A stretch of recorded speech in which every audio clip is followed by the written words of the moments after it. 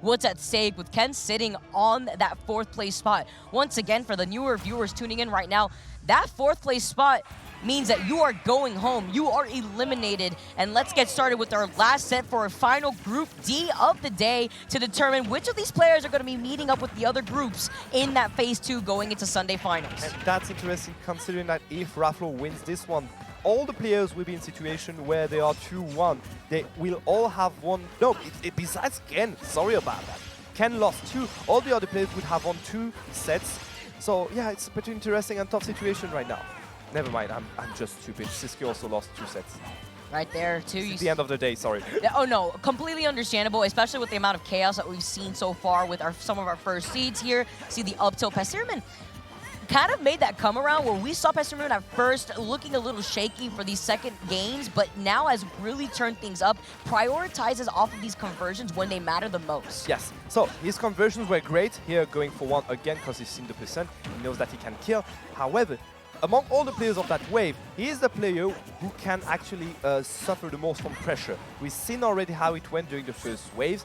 He needs to be wary of it considering how, well, we've seen how RAFLOW was aware of it and did manage to, well, keep being stoic in front of the pressure.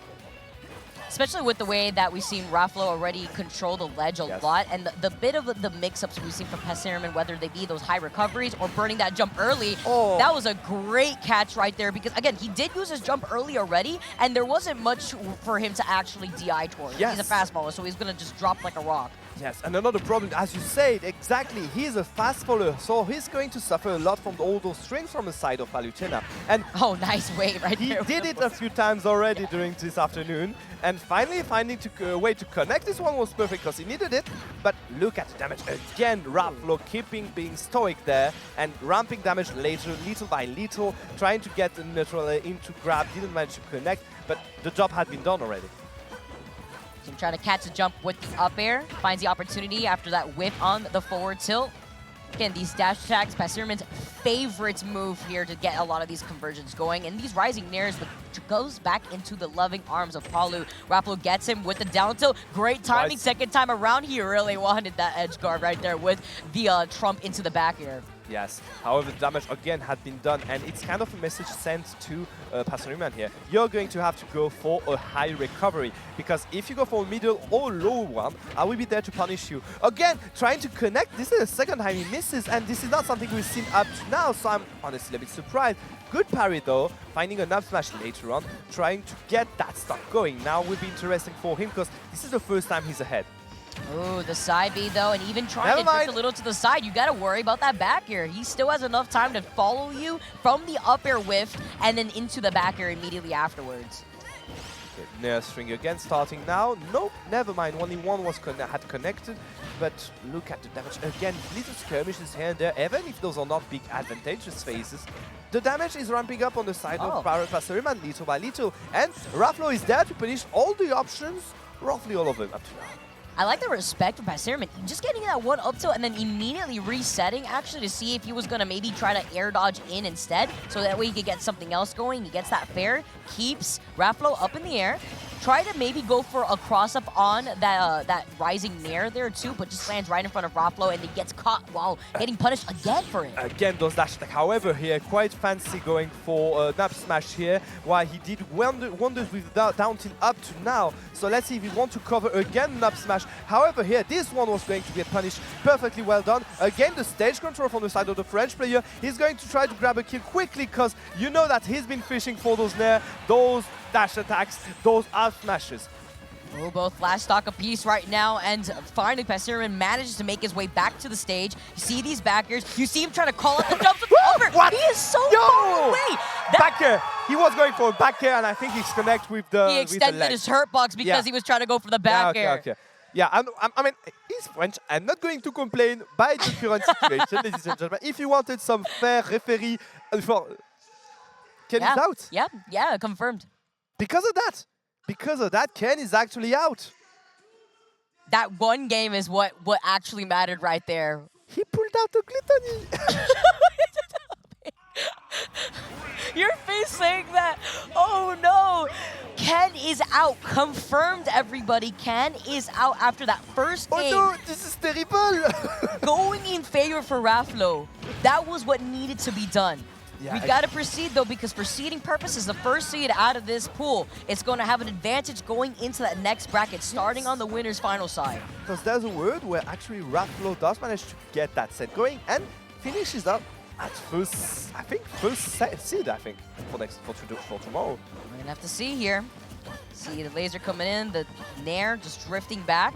The patience. PASERIMAN actually playing a lot more respectful now. Finally, he wasn't doing the dash attacks anymore. He say, oh man, Ken is out. I need to... How did he hear that? But he jumps right into the loving arms of the up air.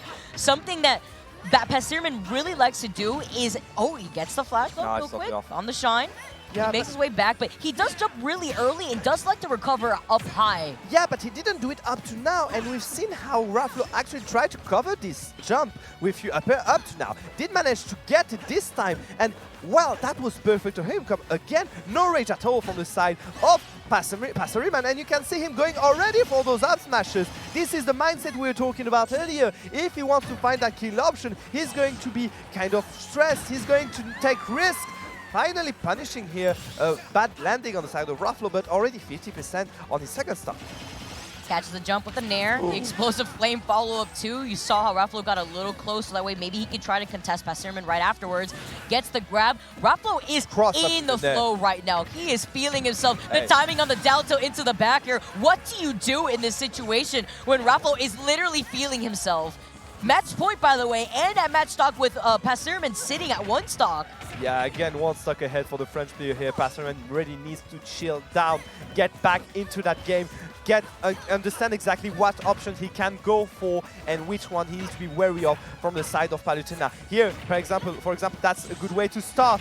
Good face again from the part of the Japanese player, finding 90% already, but a huge reverse from the side of RAFLOW going for the Palutena attacks and ramping already 60% damage. He took all that damage because he got hit by the back end of Explosive Flame that he thought he spaced himself away from. That was actually crazy here. 72% already, which on the up smash.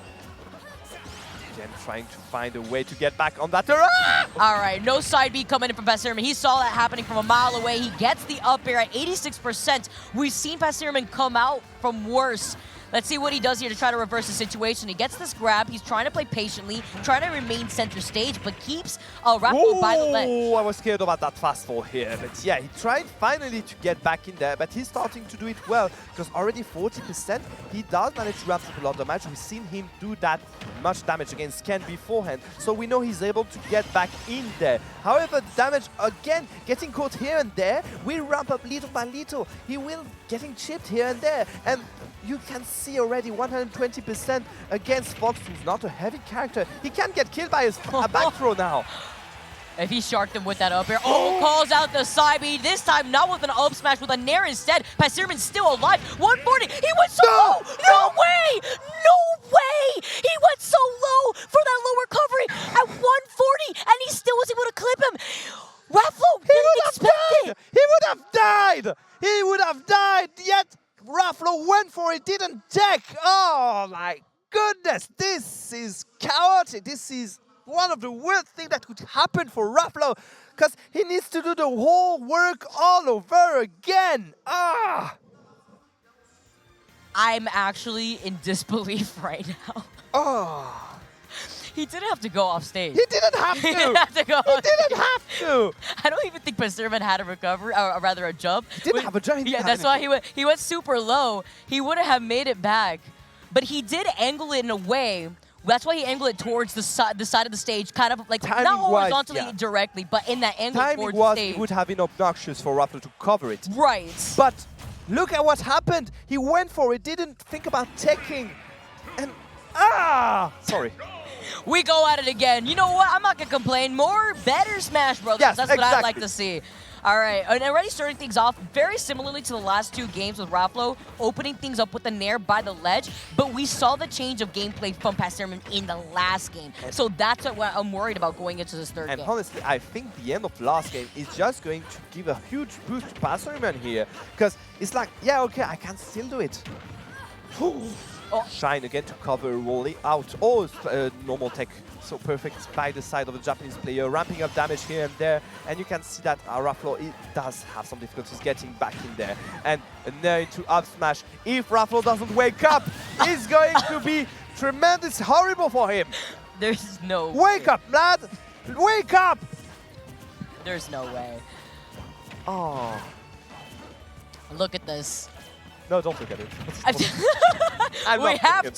We have to. But what I do love to see is how quick PASERIMAN has been able to make these adjustments. The patience, the follow-up with the up air strings, the alley-oop, as I like to say here, is the back air into the up tilt to continue on this pressure. What? Where was this? Where was the same pressure? Calling out all these TP positioning too. Perfect stock from PASERIMAN here.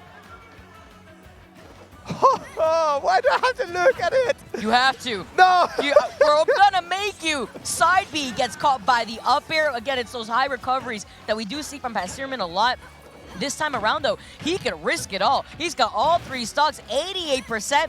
What a reverse we are seeing right now between both these players here, specifically from the side of PASERIMAN, keeping him up with the up air strings. The third one, the fourth one doesn't connect, but it's okay. The down air comes in instead. He's just kept up this extra pressure with these aerials, keeping PASERIMAN by the ledge. That up smash actually trying to call him out, jumping into his space. This game doesn't count. Up to now, no, seriously, we were praising the patience from RAFLOW up to now, and look at what's happening there. He's going for those huge commits just to end a Paul Fox on his first stock at 100%. This is just a boucherie. This is just a massacre. High recovery so that we can make his way back before RAFLOW. RAFLOW is still going to have enough time to punish, but he's on that last stock. You're jumping right in PASERIMAN's face, presenting yourself on a silver platter. What happened? That second game and that third game. I'm going to end it with a famous word from a French player. He didn't tech. He did